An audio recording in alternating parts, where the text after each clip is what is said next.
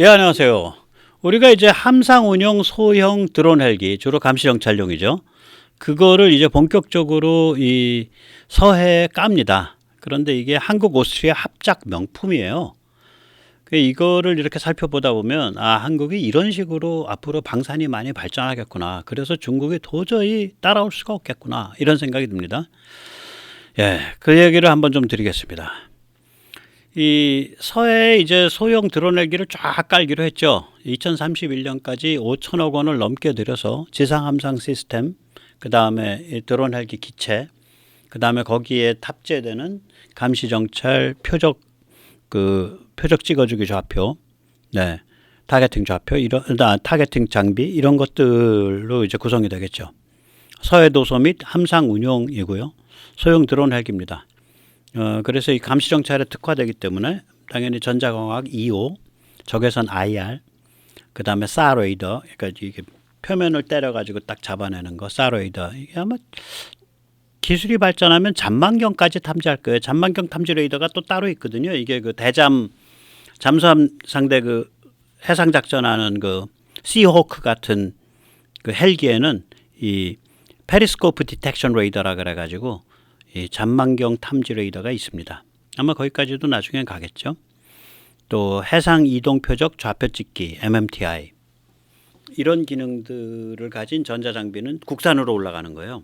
기체는 오스트리아 쉬벨 S300을 쓰고요. 전자장비는 이제 국산이 한화가 이제 주동이 돼가지고 이제 구축하고 뭐 이런 시스템입니다. 그게 뭐 수십 대 깔리면 볼만 하겠죠. 예. 그럼 여기서 잠시 세대 탈출 자유동력 부탁 말씀 올리고 그리고 좀 깊은 말씀을 이어가도록 하겠습니다. 아시다시피 세대 탈출은 광고가 잘 붙지 않습니다. 붙더라도 천천히 붙는 경향이 있습니다. 도와주시면 보다 좋은 컨텐츠로 찾아뵙는데 커다란 힘이 되겠습니다. 감사합니다. 지금 이제 들어오려는 게 쉬벨 S300인데 168마력짜리 그러니까 자동차죠. 아반떼가 160마력대니까 자동차 엔진 같은 그런 소형 그 엔진을 사용하는 명품 소형 드론 헬기입니다. 요거보다 마력수가 한 3분의 1, 55마력짜리 S100은 우리 해군이 한 10년 전부터 들여서 쓰고 있습니다. 이 S100보다 엔진이 3배 커졌죠. 168마력이니까. 이 모델은 쉬벨이 2022년부터 제안하고 다녔어요. 국제무대에. 그런데 아마도 한국의 최초 도입구가 아닌가. 저는 그렇게 의심하는데 아니면 좀 밝혀주세요. 이 쉬벨의 S100은 임무 중량 그러니까 무슨 장비 같은 거 싣는 거 그게 50kg였었는데 S300은 280kg까지 이제 늘어났습니다. 채공 시간은 6시간에서 24시간 정도 되고요. 이 채공 시간은 속도가 빠르면 채공 시간이 줄어들겠죠. 또 고도. 예를 들면 이제 헬기는 이게 높이 올라갈수록 에너지를 많이 써요. 그 공기 밀도가 낮아져 가지고 회전 날개로 이걸 잡아 돌려도 양력이 충분하지 않으니까 열심히 잡아 돌려야죠. 그 다음에 이제 감시 정찰 장비를 얼마나 화끈하게 돌리냐에 따라서 감시 정찰 장비라는 게 다 전기 잡아먹는 하마니까 그거에 따라서 이제 채공 시간은 바뀝니다. 전기는 엔진에서 나오니까 전기를 많이 쓰면 엔진 토크를 높여야죠. 예. 엔진 RPM을. 최대 고도는 한 5,500m인데 이건 최대 고도고 그리고 5,500m에서 뱅뱅 돌다가는 뭐 금방 기름 다 태워먹기 때문에 작전 고도는 3,4,000m를 못 넘습니다. 이런 물건들이. 예. 보통 헬기들이 그래요 다. 그런데 이제 한국이 센서 전자를 통합한단 말이에요. 쉬벨 기체는 하드웨어 플랫폼일 뿐이에요. 그러니까 아까도 말씀드린 전자광학, 적외선, 사레이더, 해상 이동 표적 좌표 찍기 이런 것들은 다 한국 장비이고 한화 시스템이 총대장에 대해서 통합을 하고 있다고요. 또 운영 시스템, 지상 해상의 운영 시스템 예를 들어서 거기서 나오는 데이터를 함정에서 받아야 될 거 아니야. 또 거기서 나오는 거를 또 지상에서 받아야 될 거 아니야. 그럼 이쪽에 뭔가 소프트웨어 잔뜩 꾸미고 거기에 뭔가 시스템 갖춰야겠죠. 쉬벨이 제공하는 건 뭐 이런 간단한 그 패드 같은 형태로 이렇게 조절하는 그 정도 기본 기능이지 이런 복잡한 그런 전투 체계의 일부분으로서의 통합은 아니죠. 당연히. 그건 우리가 해야죠. 그 다음에 아마 전력 통합이 있을 거예요. 그러니까 쉬벨 물건을 갖다가 놓고도 우리는 이 그 감시정찰 자산에 대한 욕심이 많기 때문에 그 바깥에서 전력을 많이 뽑았을 수 있을 만큼 최대한 뽑았을 수 있는 그런 형식으로 뭔가 좀 개조를 할 겁니다. 예를 들어서 이륙할 때는 파워가 많이 드니까 이륙할 때는 회전 날개 쪽으로 파워를 많이 보내다가 이륙이 끝나서 어느 정도 안정이 되고 나면 뭐 기름 좀 떼더라도 이 엔진에서 나오는 힘을 회전 날개로 보내는 거는 조금만 보내고 이거를 발전기 쪽으로 많이 보내는 뭐 그런 식으로 중간에 어떤 회로를 구성하고 전자장비를 구성할 수 있지 않을까 그렇게 생각을 해요. 그래서 이게 한국에서 훨씬 더 많은 일을 하는 겁니다. 기체를 들여다 놓고. 그럼 이게 오스트리아 제품이야? 한국 제품이야? 쉬벨 거야? 한화 거야? 좀 헷갈리죠? 이게 한국 혹은 한화가 이거를 야 이거 저기 우리 거야라고 떠벌리지 않고 쉬벨 S300을 도입합니다. 이렇게 말하는 이유가 있어요. 쉬벨을 내세우는 이유가 작전 고도가 4,000m만 돼도요 226km를 내다봅니다. 칭타오 잠수함 기지까지 태안에서 528km밖에 안 돼요. 다시 말하자면 태안에서 서쪽으로 한 300km 떨어진 상공에 얘를 4,000m를 띄우면 칭타오 해군기지에서 동파육 주문 배달 들어가는 게 보여요. 칭타오 잠수함 해군기지에서 쉽게 얘기하면 다시 말하자면 이거 한국과 중국이 딱 이렇게 붙어 있어서 서로 마주보고 있어가지고 군사지리적 환경이 너무 특이해서 이런 종류의 소형 드론 헬기가 일반적인 전술적 차원의 효과, 즉 다시 말해서 그거요 뱅뱅 돌면서 말이죠. 네, 뱅뱅 돌면서 무슨 마약배 왔다 갔다 하는지 밀수배 왔다 갔다 하는지 무슨 저기 무슨 고속 침투장 왔다 갔다 하는지 그거 보십시오. 이런 전술적 차원의 효과뿐만이 아니라 전반적인 감시 정찰 능력을 제고하고 함정의 미사일 방어 능력을 제공해요. 얘가 높이 떠서 보니까 배 바로 위에서만 떠서 봐도 200km를 내다보는데 미사일은 적외선으로 볼 수 있거든요. 그 적외선은 전력 소모가 덜해요. 왜 이게 적외선으로 보냐면 미사일 뒤에서 나오는 화염이 바다 배경보다 온도 차이가 극심해가지고 잘 보여요. 수면에 붙어서 오는 게. 그러니까 예를 들면 뭐 그럴 리는 없지만 한 200km 내다보면 적어도 마하 3으로 날아 들어오는 대함 초음속 미사일을 한 200km 바깥에서 감지할 수도 있다고요. 우리 만약에 IR 센서가 좋아지면 그럼 마하 3이면 1초에 1km니까 대응 시간이 무려 200초나 가지는 거 아니에요. 3분 대응하고 남죠. 그 다음에 여기서 이제 그림에서도 보듯이 이제 샹하이가 이렇게 남쪽에 있는 도시가 아닙니다. 여기입니다. 제 지금 레이저 포인터 돌리는 요 빨간. 그러니까 샹하이 이북의 중국 해군의 활동을 집중 감시할 수 있는 능력이 제고되는 거예요. 그러니까 우리는 이거 쉬벨 거 갖다가 뭐 한국향으로 다시 개조한 거야 이 말은 못하지. 그냥 쉬벨 S300 들여다가 쓰는 겁니다. 이러고 넘어가는 거예요. 한국이 당연히 여기서 숨은 그림이 있죠. 저는 쉬벨 S300이라고 쓰고 키벨 1이라고 봅니다. 쉬벨 S300은 키벨 1이다. 우리가 쉬벨 S100은 있는 대로 썼어요. 근데 지금은 한국이 실력이 늘었기 때문에 10년 전과 달라요. 이제는 한화가 직접 통합 개발하겠다는 거거든. 방사청이 통합 개발하겠다는 거거든. 그 플랫폼으로 써서. 그럼 이건 키벨 1이야. K 쉬벨, 키벨 1. 그럼 키벨 2, 키벨 3도 있을 거다. 한번 상상을 해보자 이거죠. 여기서 잠시 이제 이 엔진이 디젤 피스톤 엔진이에요. 빵빵빵빵빵빵. 예, 자동차 엔진이랑 같습니다. 이거 전 세계에서 제일 잘 만들 수 있는 나라 중에 하나가 당연히 한국이죠. 예. 막강한 자동차 엔진 산업 인프라를 갖고 있죠. 뭐 아반떼 1.6 그 엔진 괜찮은 엔진이에요. 전 세계에서 엔진 내놓으면 그 가격대에 그 성능 나오기 힘들어요. 물론 항공 엔진은 그거보다 작게 만들어야 되죠. 이 디젤 피스톤 항공 엔진은 일반 자동차 엔진보다 좀 더 이제 소형화를 최적화를 시켜야 되고, 그 다음에 이게 이제 고도가 높아지면 공기 밀도가 떨어지니까 공기를 말아서 압축해서 집어넣어줘야 돼요. 그래서 터보 차저가 붙어야죠. 네, 터보 차저라고 왜 자동차 배기가스 이용해서 공기 많은 방식 있잖아요. 공기 압축하는 방식. 그것도 2단 정도로 붙이면은 얘가 뭐 빵빵빵빵 피스톤 엔진이 뭐 해발 7,000, 8,000m에서도 운영됩니다. 이 적용 사례 의외로 MQ-1C 그레이 이글이 이 적용 사례에 해당합니다. 이거가 MQ-1C 그레이 이글이 터보팬, 터보샤프트 엔진이 아니에요. 제트 엔진이 아니야. 피스톤 엔진이에요. 우리 군단급 무인 정찰기 지금 카이가 죽쓰고 있죠. 예? 예, 이거 이렇게 생긴 거.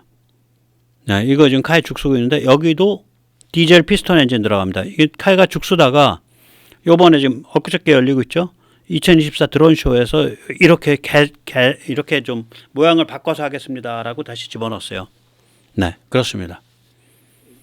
그 다음에 이제 지금 쉬벨 S300과 같은 소형 드론 헬기.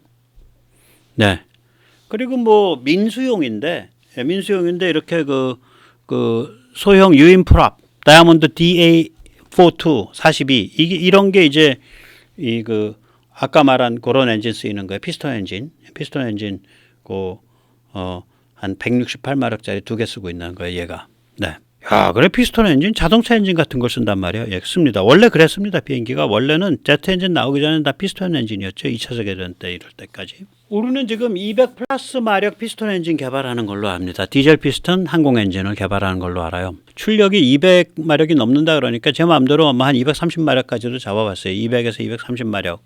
그럼 기존의 쉬벨 S400이나 아까 다이아몬드 그 민항기가 가졌던 것보다 한 20에서 40%가 출력이 업되는 거죠. 이게 개발이 완료돼 있거나 막바지거나 그럴 겁니다.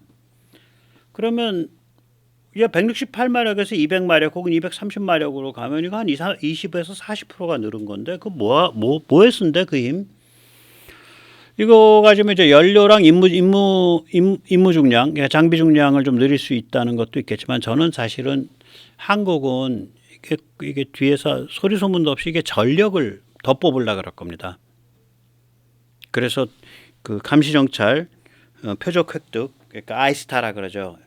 그러니까 information surveillance, targeting, 그다음에 reconnaissance, 그러니까 감시정찰, 타겟팅. 그거를 열심히 잘하려면 전력을 많이 써야 되거든. 그래서 아마 우리가 200 플러스 마력 한 대 혹은 두 대를 써서 키벨 2, 키벨 3를 만들면 그런 쪽으로 갈 거다라고 보고 있고요. 쉬벨은 이런 우리 쪽의 발전에 대해서 협력할 자세가 돼 있어요. 엔진 바꿉시다 하면 바꿀 거고 그거 당신들은 플랫폼까지만 잘 만들어서 좋은 가격에 납품하세요. 그 위에다가 쌓아가는 건 우리가 합니다 하면 또 협력할 거고 이게 요번에 이제 한국에서 쉬벨 S300을 선택해서 이제 이런 걸 만들고 있다라는 걸 보도한 네이발 뉴스인데 거기 보면 전부 통합은 한국이 하고 있다 이런 얘기가 굉장히 강조돼요. 그리고 쉬벨은 플랫폼으로 쓴다라는 얘기도 강조되고 그러니까 우리가 쉬벨 거를 그냥 사서 있는 대로 쓰는 게 아니에요. 우리 물건을 만들고 있는 거예요. 여기 보면 이 기사에도 뒤에 보면 구매국가의 주권적 요구, 절충 교육 요구를 수용하기 위해 개방형 아키텍처를 제공한다. 그런 얘기가 나와 있는데 우리는 이 개방형 아키텍처가 훨씬 더 높아질 거예요. 왜냐하면 전력 소요 이런 거에 의해서 우리가 하드웨어를 직접 손보는 부분이 나올 겁니다. 깊게 가고 있는 거죠. 여기서 잠시 벤발입니다. 야, 디젤 피스톤 항공 엔진이 그렇게 좋으면 다 그거 쓰면 되잖아. 야, 그거 쓰면 좋습니다. 터보 샤프트, 그러니까 제트 엔진 종류들, 또 터보 프롭 이것도 제트 엔진이죠. 그것과 좀 비교를 해보면은 이게 이제 표를 보시면 아주 극명한데 같은 마력수라 그러면 10배 이상 무겁습니다. 디젤 피스톤이.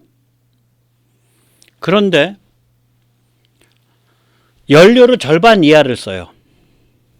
이거 이제 좀 복잡한 얘기인데요. 이 단위가 뭐냐면 1마력을 출력시킬 때 그 엔진의 무게가 얼마냐예요.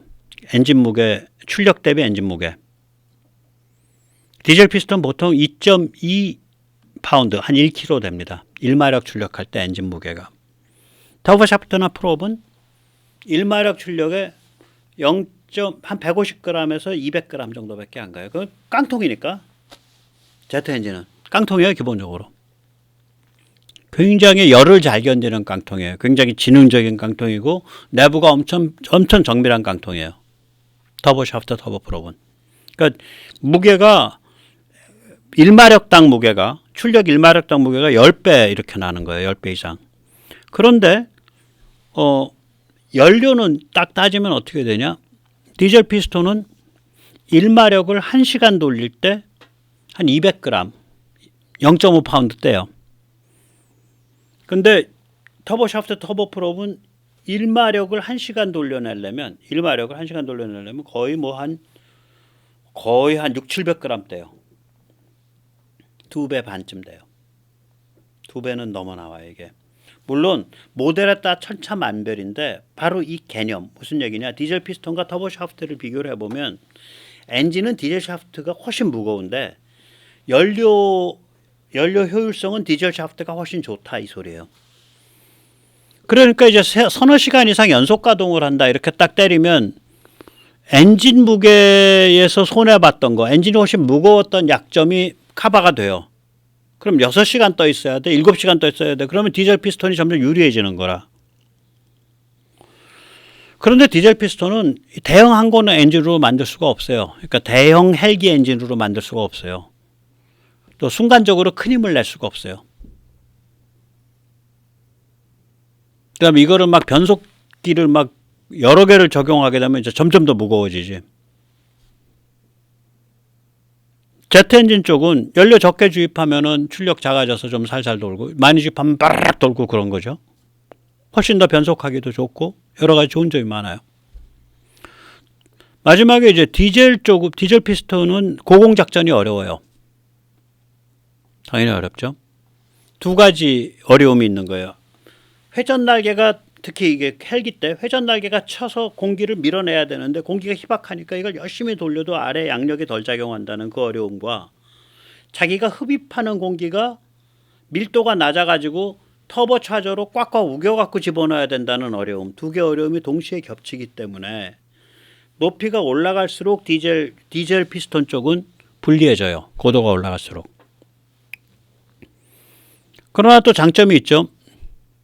전자장비 쪽은 어차피 통째로 갈아야 하잖아. 전자장비 그 기계 쪽은 뭐냐. 자동차 만질 줄 아는 사람이면 금방 배워요. 현장 유지 보수가 쉽고 막 굴릴 수 있어요. 자, 이렇게 되면 이런 특징을 가지고 딱 얘는 어디에 쓰는 물건이야 나오네. 저공 3000m, 4000m 이하의 작전 고도. 그다음 장기 채공 한 번 뜨면 5시간, 6시간 있어야 되는 거. 소형 한 많으면 한 200마력, 진짜 더 많으면 한 400마력 정도까지 끝. 야전, 섬, 무슨 바다, 뭐 중대나 대대 운동장 이런 용도 쓸 수 있는 게 뭐야? 군단 드론 프롭. 지금 차기 군단 무인 정찰기. 이건 헬기가 아니라 굉장히 널찍한 비행기지만 일단 유지 보수를 하거나 막 굴리기가 좋죠. 값도 싸고. 그 다음에 야전 드론 헬기. 야전에서 낮게 한 3000m, 4000m 고도 이하로 낮게 쭉쭉 날아다닐 수 있는 드론 헬기가 많이 필요하다 그러면 이걸 쓰는 게 좋죠. 힘도 좋고 그러니까 한 200km씩 날릴 수 있으니까. 함상 드론 헬기 이건 당연히 이거 쓰는 게 좋죠. 그래서 이런 용도로는 얘가 쓰이는 거예요. 그래서 이걸 열심히 지금 엔진 개발하고 있는 거예요. 200 플러스 마력으로. 그리고 또 엔진 나오면 또 시벨이랑 다시 내고해서 그 엔진 박아서 또 티벨 2 만들고 그 엔진 하나 박아서 키벨 2, 그 엔진 2개 박아가지고 키벨 3, 뭐 이런 정도까지 만들면 다 키벨 패밀리가 완성되는 거겠죠. 네, 키벨 1, 2, 3. 네. 자, 이 과정을 보다 보면 중국은 죽었다 깨어나도 이 한국의 그 서방 네트워크를 못 따라옵니다. 예, 그렇습니다. 그러니까 한국이 이제 글로벌 중추국가로 이제 올라서고 있거든요. 이거 글로벌 중추국가는 윤석열 정부가 이제 내놓은 단어죠. 일단 한반도에서 뭐 우리가 목숨 걸고 지키고 있죠. 그 다음에 동아시아, 즉 서해 동중국해 대만에서 대만 요 권역, 이 전장 권역에서도 우리가 결정적인 역할을 하고 있죠. 또 우리 때문에 일본이 끌려 나오죠. 훨씬 더 빨리 쉽게. 세 번째는 동남아시아 남중국해 이 국가들한테 계속해서 이제 그 K무기 주니까 중국을 또 누르는 효과 있죠.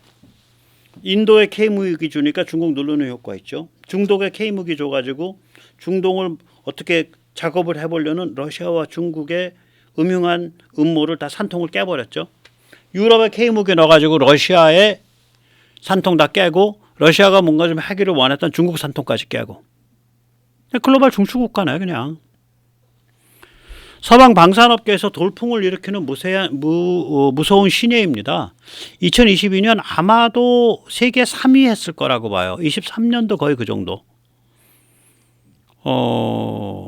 시프리 그 스웨덴 거는 지난 5년 거를 해가지고 이걸 이렇게 급증하고 있는 추세를 잘 못 보여줘요.